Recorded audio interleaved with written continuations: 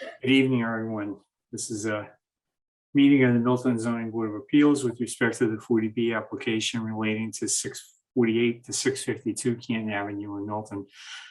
There seems to have been a bit of confusion about the schedule and a little bit of confusion as to whether there was a public hearing scheduled for tonight. There was.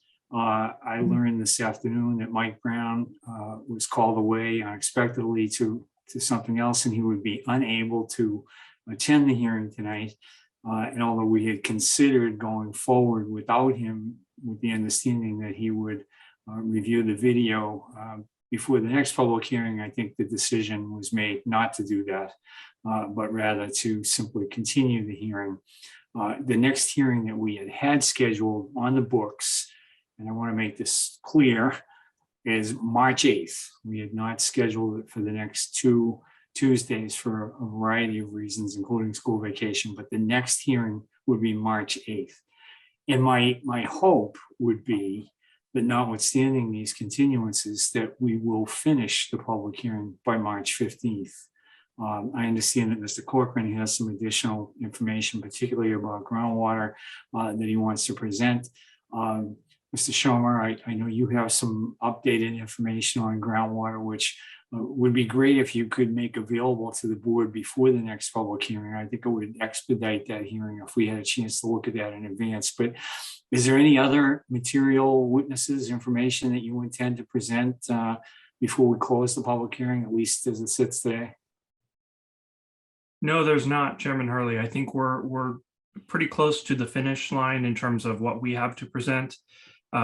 What I mentioned in terms of new information, we had some new information come in just in the last day or two, and I understand that Sean Reardon has an update to provide to the board.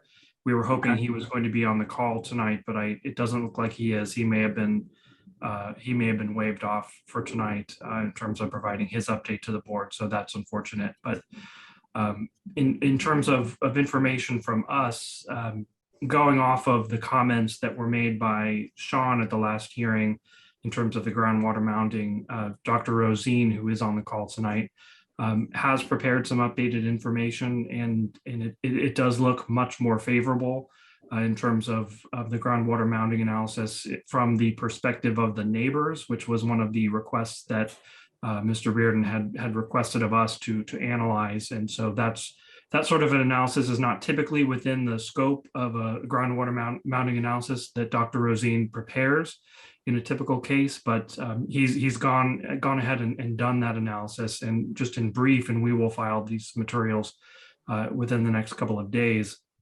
In brief, his analysis shows that under current existing conditions, there is an issue with groundwater breakout in neighboring properties in the existing condition of this area, which is probably partially attributable for the testimony that we've heard during this hearing about flooding in the local area. And the analysis that Dr. Rosine will present shows that the project will actually address this issue and reduce the amount of groundwater breakout from the site and actually improve conditions in terms of the neighbors flooding. So we won't go into that tonight. And if Sean is not available, I think we will have to defer him as well. But that's, I guess, a flavor of what's to come. And I would suggest, Mr. Schomer, that you file that material as soon as possible so that it becomes available to Mr. Corcoran, so that he can make it available to his people. And I think that's the only way that we can really have a real shot at concluding this on March 15th, is that if everyone has the information. I mean, from my perspective, and I can't speak for Mr. David or Mr. Brown, I think the groundwater issue is the most significant issue that the board has to wrestle with, frankly.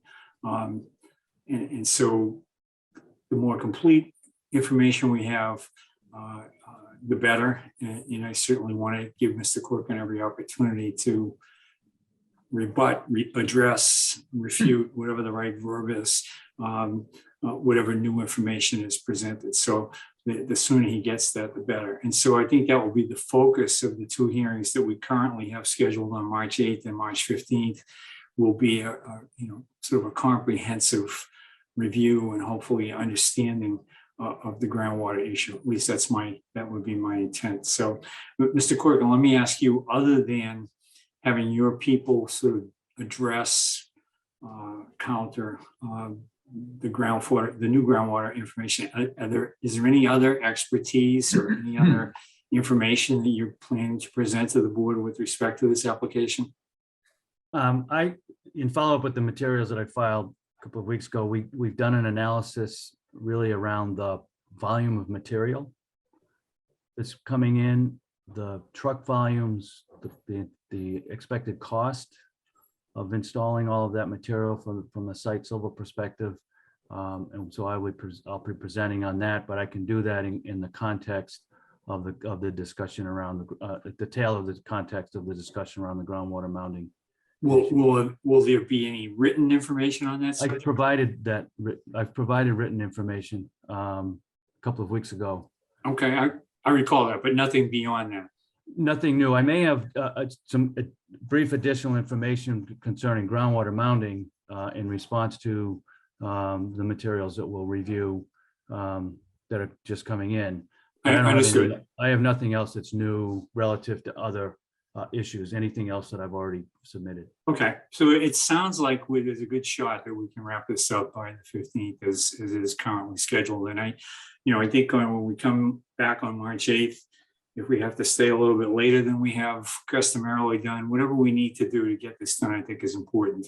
We've been at this for a long time, and as much fun as it has been, I'd like to see it over. I'm just you can smile. I'm kidding. No, I agree with you. I'm smiling because the issue of groundwater mounting is unique in that it's the sort of thing that probably 1 to 2 people on the call will actually fully understand, and I'm including myself in the camp that does not, and I assume Ned does as well.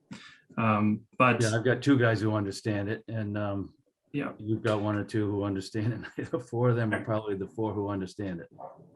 I bring that up just because from our conversations in working through the issues with Sean Reardon, and I won't put words in his mouth, but I think he's concerned that it's such a technical issue and it's such an issue that's risen to such a level of importance that he's concerned somewhat that it'll be confusing to the neighbors and ultimately unsatisfying to the neighbors because it is so technical. So I think what we're focused on and what Sean's focused on is bringing this issue in for a landing in terms of, can we resolve this during this hearing and get to a point where this project is permittable under the state regulations and demonstrate to his satisfaction that the project does meet those regulations. And at this point, to preview the next hearing, we're satisfied that we're at that point. So we won't try to push this issue through on the 8th, but I would suggest that we do try to wrap this issue up and ideally devote the next hearing to a discussion of the conditions for this project. I think that's as important as this. Okay, fine. Well, with that discussion in mind, we will continue the hearing by agreement till March 8th. March 8th. I want to be clear about that. With the understanding that we will come back again on March 15th, which is the current deadline we set for the close of the public hearing, with the hope, if not expectation, that we'll conclude the public hearing as scheduled and anticipated on March 15th. So March 8th will be the next public hearing, 7 o'clock. I look forward to seeing you all then, and thank you. Thank you. Thank you, Brian. Okay, good night, everyone. Good night.